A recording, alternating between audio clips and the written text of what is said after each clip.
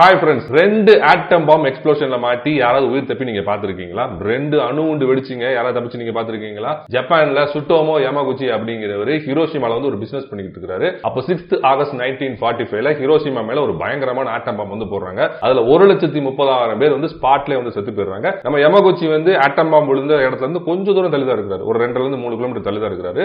அவரோட left side ஃபுல்லா கம்ப்ளீட்டா பர்ன் ஆயிடுச்சு. அவருக்கு கண்ணு டெம்பரவரியா தெரியல, காது டெம்பரவரியா கேட்கல. சோ அன்னைக்கு நைட் நல்லா படுத்து தூங்கி ரெஸ்ட் எடுத்துட்டு காலையில எந்திரிச்சு அவரோட சொந்த ஊருக்கு போறாரு, which is நாகசாகி. அங்க போய் அவர் ஃபேமிலியோட தங்கிட்டு இருக்காரு. அப்போ நாகசாகில 9th ஆகஸ்ட் 1945ல, அதாவது 3 நாள் கழிச்சு இன்னொரு பயங்கரமான ஆட்டம் பாம் போடுறாங்க. அதுல 50,000 பேருக்கு மேல உயிர் இழந்துறாங்க. இந்த பாம் பிளாஸ்ட்ல நம்ம யமாகுச்சியோட வீடு கம்ப்ளீட்டா தரமட்டமாயிருது. அவரோட ஃபேமிலியும் பாத்தீங்கன்னா சிறு காயங்களோட உயிர் தப்பிடுறாங்க. யூசுவலா அணுகுண்டுல மாற்றவங்க பாத்தீங்கன்னா அந்த ரேடியேஷன்ல கொஞ்ச நாள்ல செத்து போயிருவாங்க. பட் நம்ம யமாகுச்சி 2010ல செத்து போனாரு.